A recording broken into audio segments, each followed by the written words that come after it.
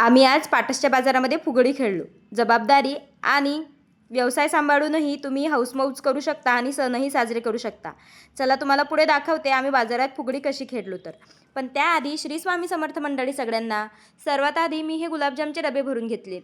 सोमवारी 12 ते 1 किंवा 1 ते 2 ह्याच्यामध्ये आपण हे गुलाबजामचे डबे भरत असतो आणि हे डबे पॅकिंग करताना मी यूट्यूबवर लाईव्ह येत असते. बरं, मी लाईव्ह आलेले तुम्हाला अजूनही कळत नसेल तर तुम्ही आपलं यूट्यूब चॅनल सबस्क्राईब केलेलं नाही, म्हणून लगेच जाऊन आपलं यूट्यूब चॅनल सबस्क्राईब करा, जेणेकरून तुम्हाला आपण लाईव्ह आलो की माहिती पडेल. बरं, मी काही काम करते आणि दादू मला मदत नाही करणार असं होऊच शकत नाही. त्याला मी दुपारी झोपवलं 1 वाजता आणि तो 1:30 वाजता उठून उभा राहिला.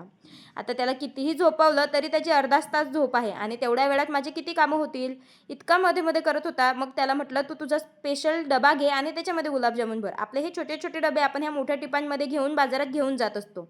बरं, ह्या जागी आपण दुसरं काय वापरू शकतो गुलाबजामुन न्यायला? तुम्हाला काही आयडिया असेल तर मला कमेंट करून नक्की सांगा. हे छोटे छोटे डबे मी भरत होते आणि दादूही मला तेवढीच मदत करत होता. त्याचं असं म्हणणं होतं, मी माझ्या मनाने सगळं व्यवस्थित ठेवतो आणि एकदा बघ तो असं म्हणत होता की असं ठेव का म्हणून. त्याला म्हटलं हो बाबा ठेव, आणि खरंच हुशार आहे तो. जसे मी डबे ठेवते ना तसंच तो तसे त्याच्या डब्यात डबे ठेवत होता. याची मदत मला बरीच होते. आता बऱ्याच लोकांना माहिती आहे की किती प्रकारे कशा प्रकारे दादू माझी मदत करतोय. आणि हे डबे भरता भरताच माझ्या डोक्यात विचार आला की आपल्या माहेरी तर काय असं काही नाही आहे. इकडे ज्या पद्धती आहेत, डबे भरून झाले आणि आम्ही पोहोचलो पाटसच्या बाजारामध्ये. दर बाजारात मला 5:30-6 वाजतात बाजारात जायला, पण यावेळेस 4:15 वाजताच मी बाजारात पोहोचले. हे जरा लवकर आलेले कंपनीतनं.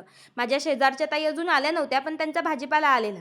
त्यांच्या भाजीपाल्याकडे लक्ष देता देताच मी माझं गुलाबजामचं दुकान लावून घेत होते. त्यांच्या गिऱ्हाईकांना उत्तर देत होते आणि माझं दुकान लावून घेत होते. तर हे दुकान लावून घेता घेताच ना माझी गिऱ्हाईकं पण यायला सुरुवात झाली. आणि हे बघा, हे दादा गिरीमवरून आपल्याला भेटायला आलेले. खूप छान वाटतं असं कोणी लांबून भेटायला आल्यावर. ते आम्हाला सांगत होते, छान रील्स असतात तुमचे आणि रील्स बघूनच आम्ही तुमचे गुलाबजाम घ्यायला आलो. त्यांना गुलाबजाम खूप आवडलेत. बघा त्यांची रिॲक्शन. त्यानंतर पाटस बाजार इतका छान दिसतो. बरं, आपली लोकेशन जर तुम्हाला सापडत नसेल तर ही बघा, अशी आपली लोकेशन आहे. पुढच्या वेळेस आले की इथं भेटायला या. पाटस बाजार खूप छान भरलेला होता. मी आपलं दुकान लावून घेत होते आणि दुकान लावता लावता दादू बघा शेजारच्या ताईच्या भाजीपाल्याची रखवाली करतोय. त्यानंतर हे दोघं आपले का घरी जायला निघाले. आता मी दुकान लावते, मी बाजार करते आणि हे घरी जाऊन आराम करणं येते थोडा वेळ. दिवसभर कंपनीतनं थकून येतात. ताई आल्या आणि ताईला आल्यावर थोडासा जास्त उशीर झालेला. मग म्हटलं चला मी तुम्हाला थोडीशी मदत करते. त्यांचे गोबीचे गट्टे कापून द्यायचे होते. मी म्हटलं थांबा मी कापते. मला काही एवढी प्रॅक्टिस नाही आहे, पण ज्या स्पीडने जमेल त्या स्पीडने तुमची थोडी का होईना मदत होईल. म्हणून मी गोबी कापायला घेतली.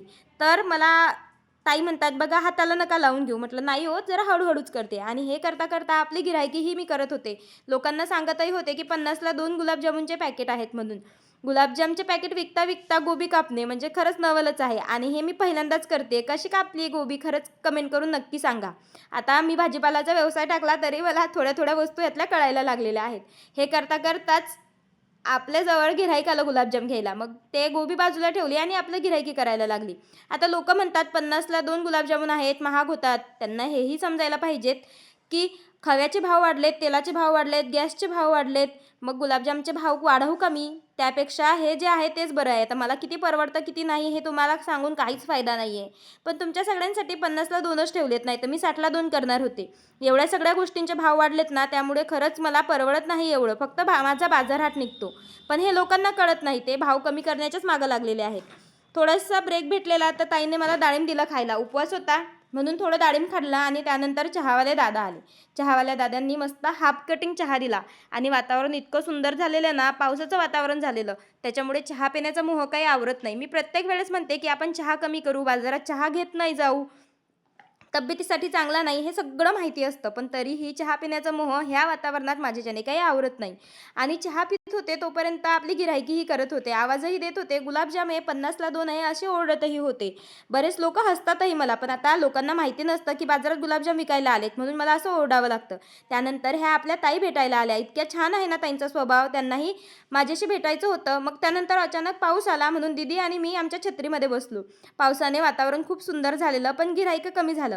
त्यानंतर ताई आणि मी पंचमीची फुगडी खेळलो. आता खरं सांगायचं तर हे मंदिरात खेळतात, पण आमच्याजवळ तेवढा वेळ नव्हता की मंदिरात जाऊन फुगडी खेळावी. मग म्हटलं चला, बाजारच आपलं मंदिर आहे, कामच आपला देव आहे, म्हणून बाजारातच आम्ही फुगडी खेळलो. आणि एवढं छान वाटलं ना. असं तुम्ही माहिती आहे का, जबाबदारी आणि व्यवसाय सांभाळूनही सण उत्सव एन्जॉय करू शकता. घरी आले, चपाती भाजी केली आणि ह्या दोघं बापलेकांना जेवायला दिलं. तर चला आता तुम्हाला आपला व्हिडिओ कसा वाटला कमेंट करून सांगा. मी व्हिडिओ इथेच एंड करते. बाय.